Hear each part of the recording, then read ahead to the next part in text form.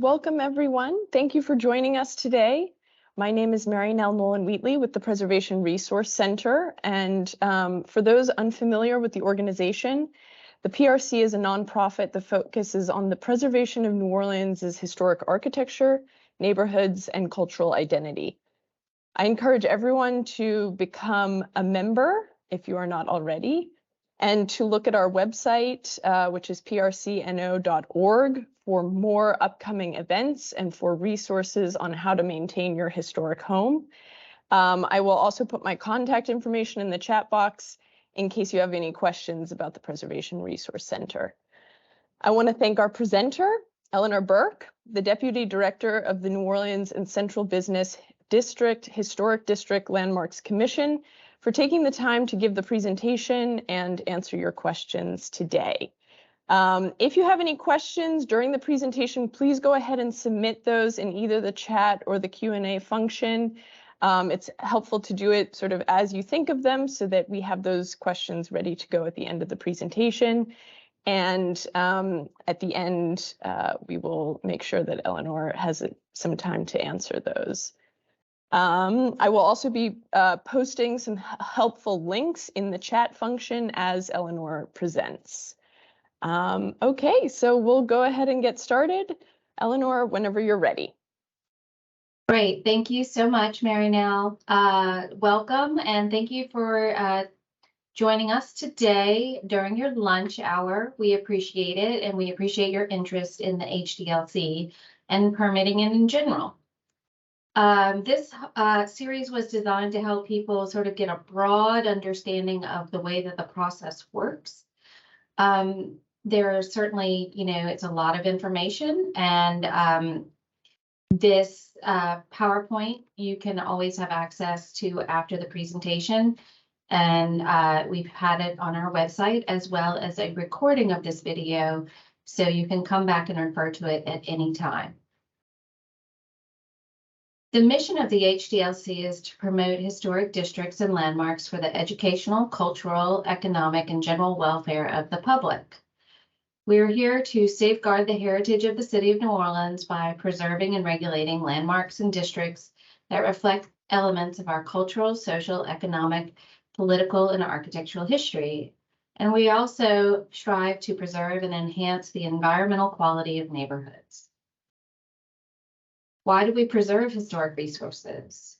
We do this to maintain the historic fabric and rich history that our ancestors left behind, to recognize and celebrate contributions to the built environment made over the course of the city's history, to maintain a shared sense of place, connect the present with the past through our shared architectural and cultural heritage, to value historic structures, the resources they were crafted with, and the artisans that constructed them, to cultivate a sense of pride and ownership for our community.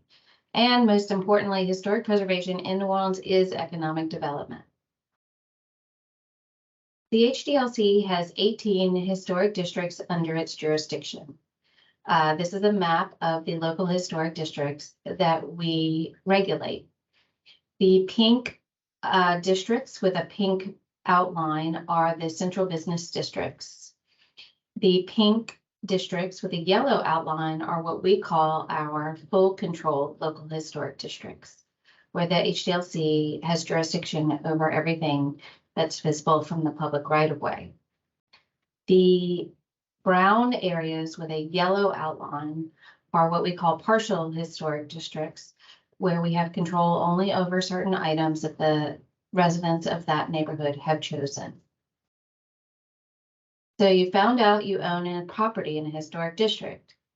First of all, don't panic. A lot of people talk about how difficult the HDLC process is or how much more expensive it is to maintain a historic structure, but we are here to help you through the process and provide free architectural and historic advice on a daily basis to help you maintain and preserve your historic home. As I mentioned previously, we have two different types of districts, full control and partial control. An example of the partial control district is the Garden District, where the HDLC only has jurisdiction over all new construction demolition, and demolition by neglect. So in the garden district, if you're building an addition or building a new fence at your property, the HDLC does not review those items at all.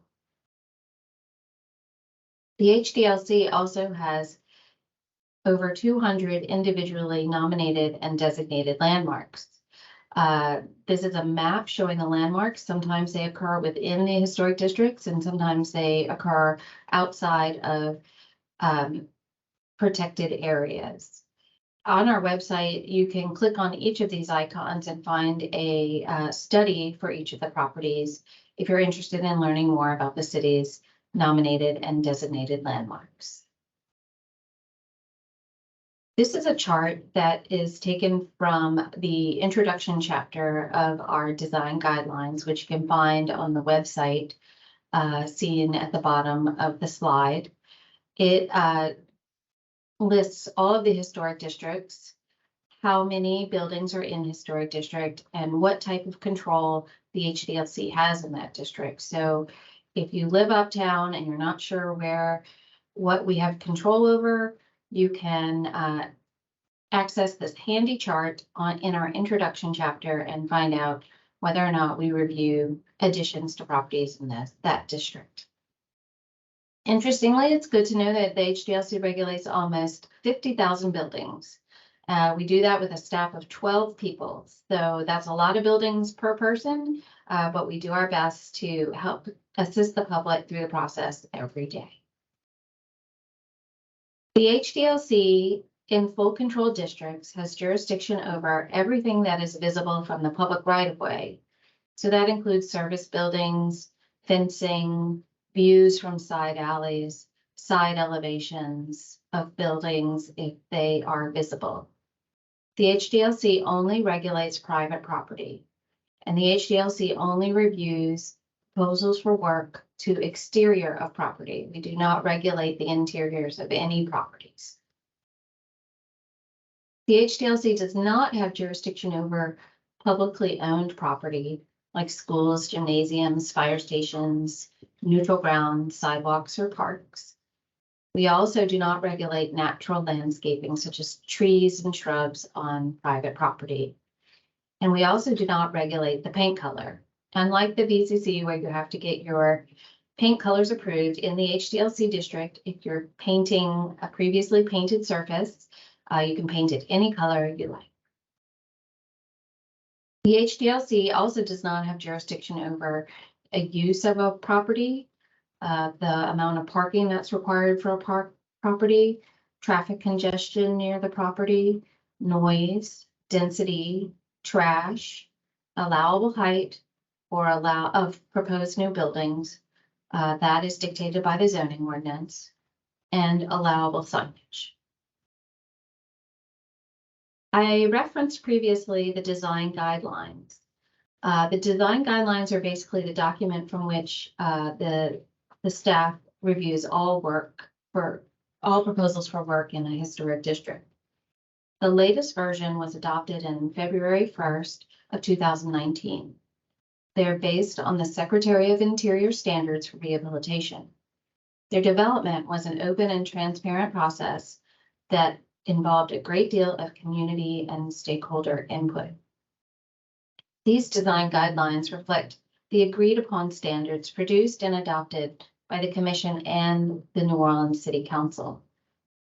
They are organized by building element. For example, Chapter 5 is an entire chapter about things that relate to roofing, roofing form, roofing shingles, roofing equipment, etc. Chapter 9 is an entire chapter dedicated to porches, balconies, and galleries. The entire document can be found on our website under the Topics tab at www.nola.gov/HDLC. I'll just plug a really important, if you're going to read any chapters in the design guidelines, the introduction chapter is a great introduction to how the HDLC works. And there is a maintenance chapter that gives all kinds of information on how to maintain a historic property. The best way to understand the design guidelines is to understand the property you own. And in order to do that, it's necessary to know the building type and style that you are working with. Understanding the building type and architectural style will aid in understanding the guidelines. Building type refers to the floor plan and massing of a building. For example, a single shotgun has a series of rooms without an interior hall. Center Hall Cottage is a building with a gable roof that is parallel to the street with a center hall and rooms to either side of that building. The form of the building, the roof, and the floor plan sort of dictate how it is characterized in terms of building type. The architectural style refers to the type of interior and exterior details that are applied to the building form and reflect the popular architectural tastes of the era. For example, there's the Eastlake style, which was popular during the late 19th century and early 20th century. You'll see on a lot of shotgun singles, shotgun doubles, even center hall cottages and two-story structures. The arts and crafts style is also popular in the early 19th century and can be found on bungalows and double shotguns and include details like exposed rafter tails, tapered columns, fan-like doors, surrounds, and brackets and roof overhangs. You can learn more about various building types and styles that are typical to New Orleans in I believe it's chapter 2 of our design guidelines. The next step in using the guidelines is to understand what the rating of your property is. The HDLC, when it takes over a historic district, basically draws a line around, and you can see in the map on the left, the map of the Lower Garden District, Historic District. There's a boundary for that district, and every property within it is given a building rating. The HDLC used to have a 5-tiered color rating system, and we switched to a 3-tiered system in 2011. The 3 rating types are significant, which are resources that are of national importance or major state, regional, or local significance. Contributing resources, which are integral components of the city because they are architecturally or historically significant. And non-contributing buildings, which are resources that are not historically or architecturally significant. Once you know your rating, you can look up the type of work that you would like to do and find out what level of review that proposed work will require. For instance, if you are proposing to change the window type, configuration, or style on a building, if you want to replace the existing windows to match on a significant, contributing, and non-contributing rated building, the HDLC staff could review and approve that proposal. However, if you wanted to just install an historically inappropriate window type or configuration, we could approve that on a non-contributing building, but we would have to take it to commission for a significant or contributing rated structure. The guidelines are based on the rating of the structure. The higher the rating, the less flexible the guidelines are. We do this because we recognize that there are a lot of buildings that are not as important architecturally or culturally, and the impact of alterations to it do not negatively impact the architectural significance of the building. But the guidelines are very strict when it comes to significant rated structures because they are our most important resources. How do you submit an application for a certificate of appropriateness? First, let me back up. When the HDLC reviews and approves a project, we issue something that's called a C of A, or also known as a Certificate of Appropriateness. So typically you'll have to get a building permit from Safety and Permits and a Certificate of Appropriateness from the HDLC. The city has an online application portal at onestop.nola.gov. You have to create a user profile and you'll have a login and a password. And the great news about that is you can go in and check the status of your permit and continue to upload documents and interact with your permit once you have a user ID and password. Applying online is the easiest way to submit an application. But if you do not have computer access or need additional assistance, you can apply in person at the Department of Safety and Permits at 1340 Coiter Street on the 8th floor. Here's a picture of the screen that comes up when you go to submit an application. Most permit applications in the local historic districts are considered building permits. There's several types under that. The most important being new construction, renovation that's non-structural, which doesn't include changing out windows and is just minor repairs that doesn't involve structural elements. The structural renovation permit type and accessory structure for fences, sheds, and other items on a property. Once you submit your application online, Safety and Permits will create what is called the master permit, and you'll get a permit number from them. And then if it is required for HDLC review, the HDLC will create what is called the sub-permit. Most projects will end up requiring both a sub-permit and a master permit from Safety and Permits. Safety and Permits does not issue their permit until the HDLC has reviewed and approved the sub-permit, but you can go through the reviews concurrently. How do you submit a successful application to the HDLC? This is a very crucial step in the process, because the more information you provide in your application, the less back and forth with staff you'll have to have and the less time it will take. Successful applications have the following things in common. The applicant has reviewed the HDLC design guidelines prior to submitting an application. It's always easiest if the work applied for follows the HDLC design guidelines. If it does and it's staff approvable, we can usually approve these permits if we have all the information we need within a 2-day turnaround time. It's always helpful if the applicant has reached out to the plans examiner for their district prior to the application to discuss the proposal, so you can find out any concerns they might have or additional information they might need. It's always great if the proposal also meets the building code and zoning requirements.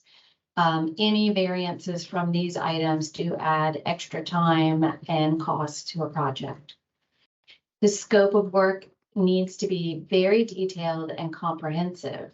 Sometimes we get applications that say in the description, it just says repair building. And then we have to then write the applicant an email saying, okay, I see that you're repairing the building. What exactly are all the things that you were doing? So that we have an understanding, because we write very detailed scopes of work for the approvals on the Certificate of Appropriateness. So we need a lot more information submitted at the time of application. It's also really important that you have your contract at the time that you apply, because Safety and Permits will require that for issuance of the permit. Photographs of the items in question are always helpful when we're reviewing permits. If drawings are required, it's important that those drawings are done by a design professional and that they are measured drawings that are accurate and comprehensive. There are certain types of projects that require stamped architecture or engineered drawings for approval by Safety and Permits, and you will not be able to get a permit without those drawings. And it takes a long time to have to, if those drawings that are required are not submitted, to get the review going at an efficient pace if we don't have the items we need to review. A lot of work in the historic districts, including installation of replacement windows, lighting, shutters, and doors, often require specification sheets and or shop drawings for those new items. It's great if you have those at the time that you're applying for the permit. So we have all the information we need to help get your permit processed. If you have questions, on our website, on the contact tab, we have a listing of every single employee at the HDLC, and each plans examiner is listed with their email and their telephone number and the district for which they are in charge. So you can go to this contact us page, find the district that you're in, and then it's always easier for us to handle email than telephone calls. So you can send us an email, you can send your plans examiner an email and ask them any questions you have prior to application. We are here from 8 until 5 p.m. Monday through Friday. We make our best efforts to answer the phones. I know a lot of departments, due to staffing issues, do not necessarily answer their phones in a timely manner, but we make an effort to do so. And we also return all of messages that are left on our voicemail. So don't feel like you have to keep calling 10 times in a row, waiting for someone to pick up. If you leave a message, we will get back to you. As I mentioned earlier, the HDLC has 3 different levels of review for proposals in historic districts. The staff has been given authorization to review and approve repairs and replacement in kind, window replacement if it's appropriate, lighting, fencing, paving, solar panels, signage applications, as well as accessory structures under 500 square feet. The commission has authorized applications for new construction, additions, major alterations, accessory structures over 500 square feet, and storefront replacement. They have required that those go before what's called the Architectural Review Committee for review and recommendations. And then we have commission level review, where we at a public hearing, review applications for demolition, new construction, additions, major alterations, as well as items that do not meet the guidelines that are being appealed to the full commission. As I mentioned earlier, if the proposed work is staff approvable, a certificate of appropriateness can be issued quickly if we have all the information we need. The approval process goes faster if the application includes a detailed scope of work. And some staff approvable items do require review by the ARC, but do not necessarily have to go to the commission following their recommendation. What is the Architectural Review Committee?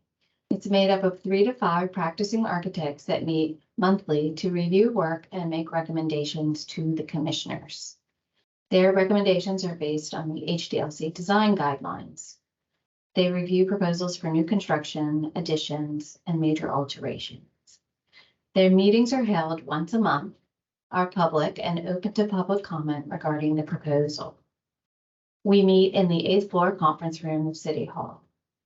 Each application is given about 10 to 20 minute appointment where the ARC members review the drawings and make recommendations. Members of the public may speak regarding their concerns about applications for the ARC. Any recommendations made by the ARC may be appealed to the full commission.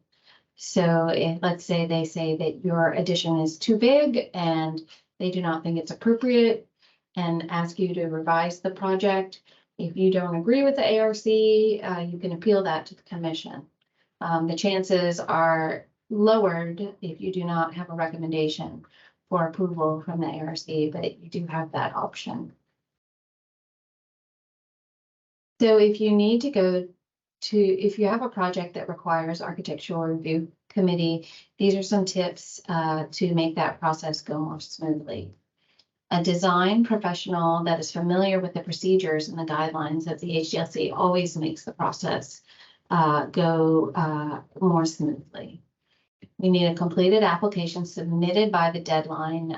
Applications after the deadline are problematic because we have public notice requirements that often don't allow for us to take applications after the deadline.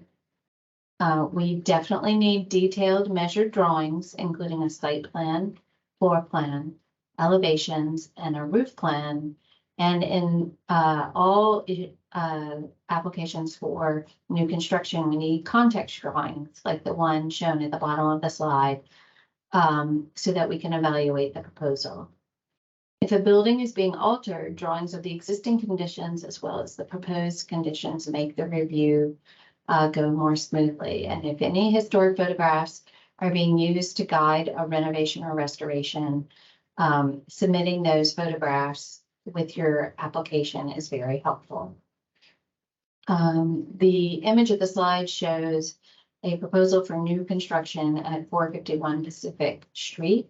So you can see that proposed new building next to the existing buildings on the site. The ARC uses these to evaluate whether or not the proposed new building fits well within the local historic district in terms of the design guidelines for new construction. At the ARC meeting itself, the applicant presents their proposal. The ARC discusses it and makes recommendations. There's time for public comment. A motion is then made for approval, denial, or deferral. And then following that meeting, the staff sends a letter summarizing the recommendations of the ARC and the next steps in the process. We send those letters via email as well as via regular mail so that you have the information in a timely manner to start revising your drawings or get your I guess, application ready for the commission.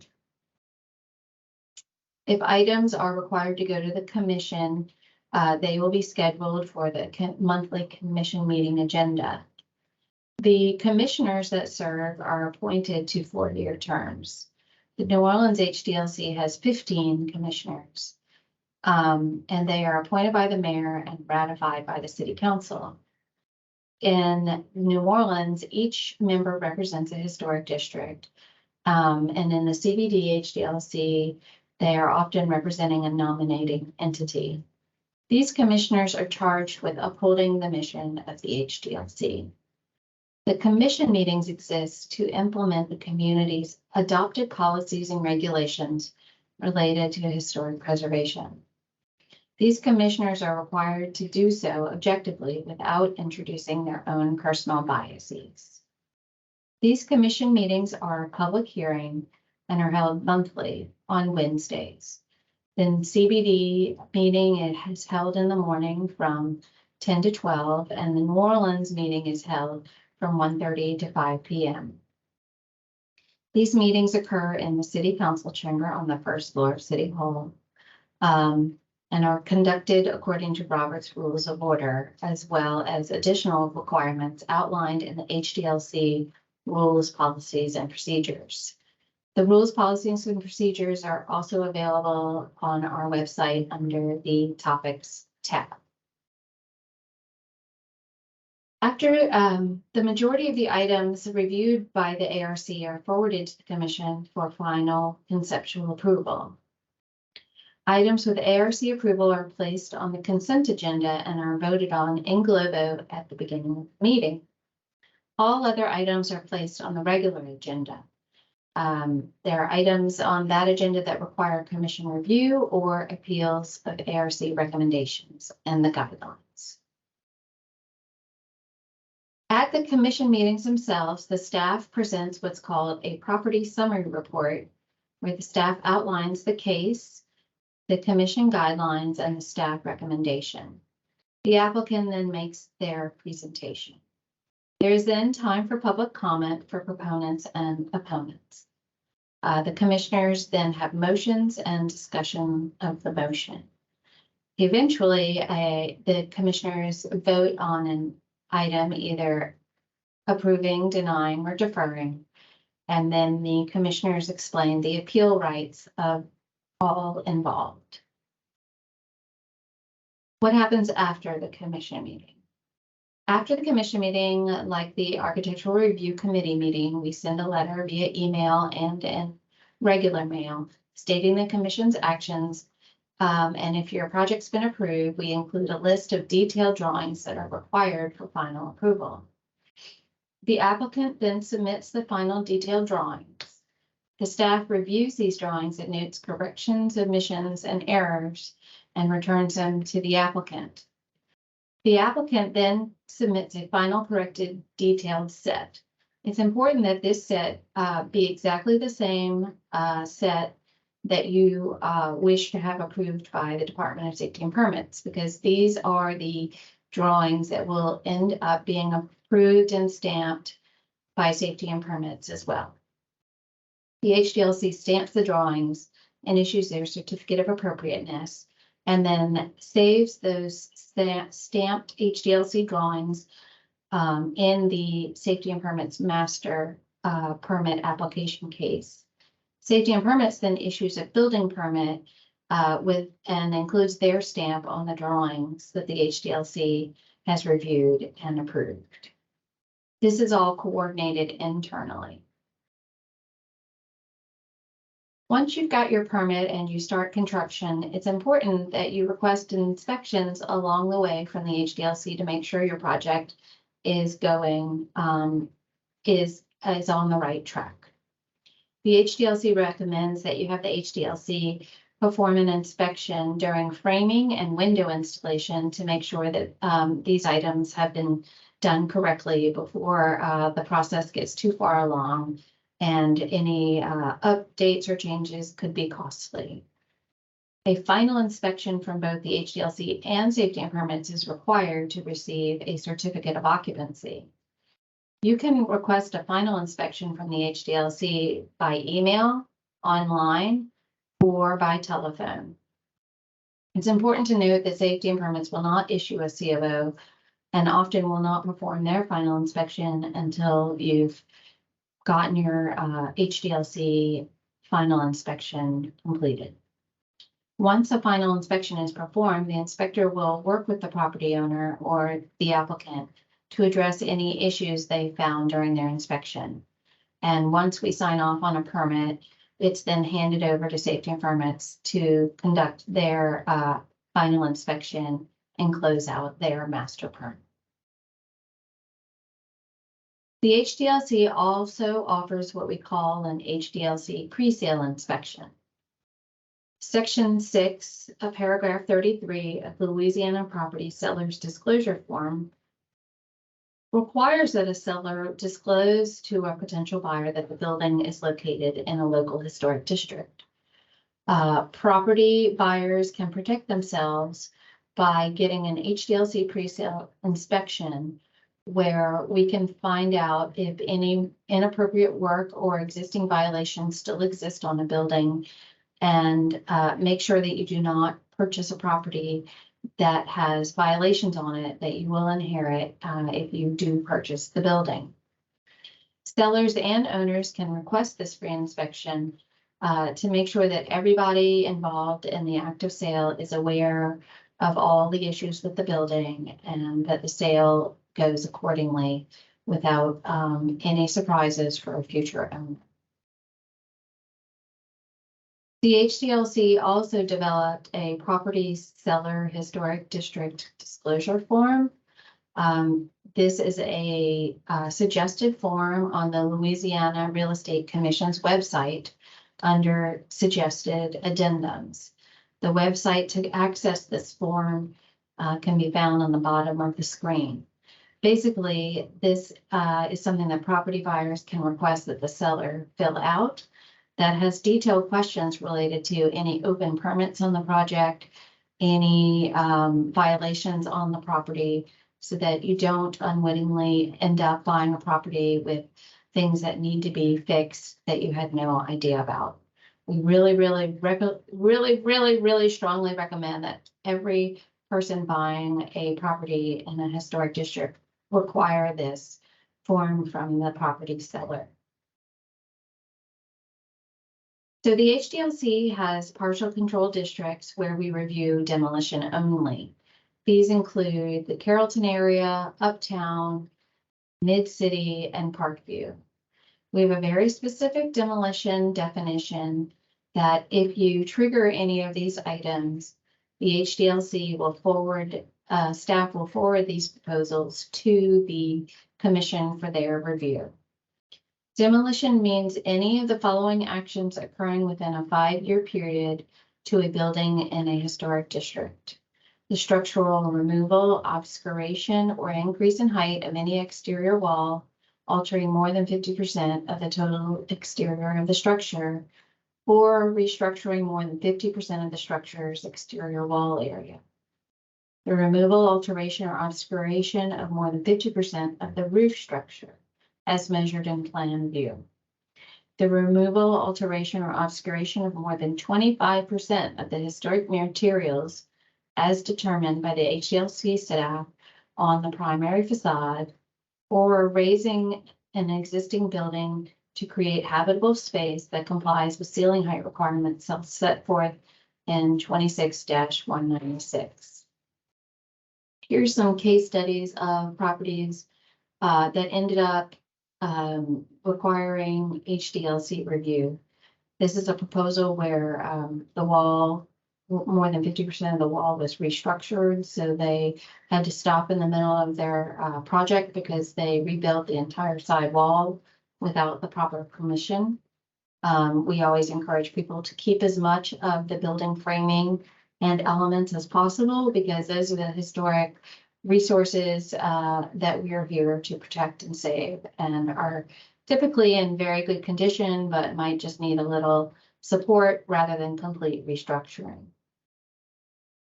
This is a proposal that got stopped in the middle of the job because they didn't have a building permit or review from the HDLC for major work to the facade of the building in a partial control district. So just be aware that if you're in the Uptown or Carrollton Parks, Parkview or Mid-City area, if you're proposing work to the facade, be sure to make sure that you're not demolishing, encapsulating, or changing more than 25% of it, or you will trigger HDLC review. This is an example of a proposed building in a partial control district where the applicant is proposing to raise the building and build a whole floor underneath. These types of projects also require HDLC review.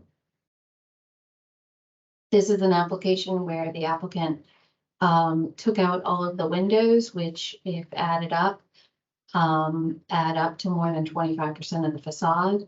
They did that without HDLC review, and as a result, I've been fined for doing that work without review and approval by the HDLC first.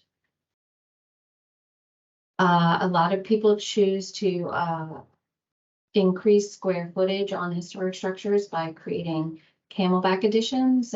This is a very routine and traditional way of adding to properties in the local historic districts. We review and approve Camelback additions routinely, and if you're not demolishing more than 50% of the roof in a partial control district, then it doesn't require review by the HDLC. The do's and don'ts of Camelback additions: it's always important to set the Camelback proposal at least 2 historic rooms back. We require this so that the existing historic building isn't completely overwhelmed like the project you see at the bottom of the side, and also to preserve as much of the historic streetscape and building as possible. We often get a lot of questions about demolition by neglect. This does not mean that the HDLC is demolishing your building. It means that the property owner has failed to properly maintain their building, so that in time it eventually requires demolition due to the neglect. The HDLC has the ability to cite for demolition by neglect in our full control districts, as well as Esplanade, Ridge, and Treme, and Irish Channel partial control districts. And we do this in order to make sure that buildings are kept watertight so that they don't deteriorate to a point where they become a nuisance to their neighbors, and in many cases, sadly, eventually have to be demolished or they collapse. The HDLC has an enforcement arm where our enforcement coordinator processes what are called HDLC violations. If work is performed without a certificate of appropriateness and is in violation of the design guidelines, the HDLC will perform an inspection and send the property owner what's called a citation letter. Failure to respond may result in the case being forwarded to administrative adjudication and the property owner being subject to fines. All violations are flagged in the city's permitting database. If a property is flagged in the system, as you see on the left-hand side, additional permits for exterior work, ABO, and short-term rental licenses may not be granted. HDLC violations do not necessarily result in a lien being filed in the conveyance office. So it's important to, if you're looking to purchase a building or sell a building, check the permitting system to verify whether or not there's a violation on that property, because even though a lien's not filed, any violations on the property are inherited by a future owner and could negatively impact any request for permits in the future. The violations follow the property and not the property owner. So what do you do if you are cited by the HDLC for a violation or demolition by neglect? The best thing to do is contact the HDLC at the number that's given in the letter to find out how best to resolve the issues. The staff works daily with property owners to resolve issues related to unpermitted work. This isn't unusual. We're not out to punish anyone. We're not out to fine anyone. What we're mostly looking for is compliance and helping homeowners get through the process. It is often much easier to correct the work than to apply to the commission to retain non-compliant work. So we just ask that people keep an open mind, listen to the recommendations of the staff, and take the path of least resistance. It's always generally the easiest, least expensive, least time-consuming path. But the commission does accept retention applications, even though it adds time and price to the process. There's a $500 application fee to request a retention application for work that is performed without a certificate of appropriateness. There's a $250 application fee for work performed in deviation of the C of A. And paying these application fees does not guarantee that you will get the decision that you are looking for. So you might be out $500 applying for something that the commission ends up denying anyway. That's the end of the presentation. I know it's a lot of information. I am happy to answer any questions you have. And also just please know that staff is always here to answer any questions, concerns that you might have anytime. Thank you so much, Eleanor. I just want to reiterate that, shouldn't hesitate to contact the HDLC with any questions. They're very helpful, and it could save you a lot of time in the long run, for sure, getting those questions answered earlier in the process. And the design guidelines are just a hugely helpful reference material in general. I use them all the time in my work, but they are certainly a great resource out there for everyone. All right, well, thank you so much, Eleanor, and thank you for everyone for participating today. Also, please remember to check the PRC's website for upcoming events. We'll be hosting another one of these classes in the fall. If you think of any additional questions or want to recommend the class to anyone else. So thanks so much and have a wonderful weekend. Thank you, you too. Thank you everyone for joining us.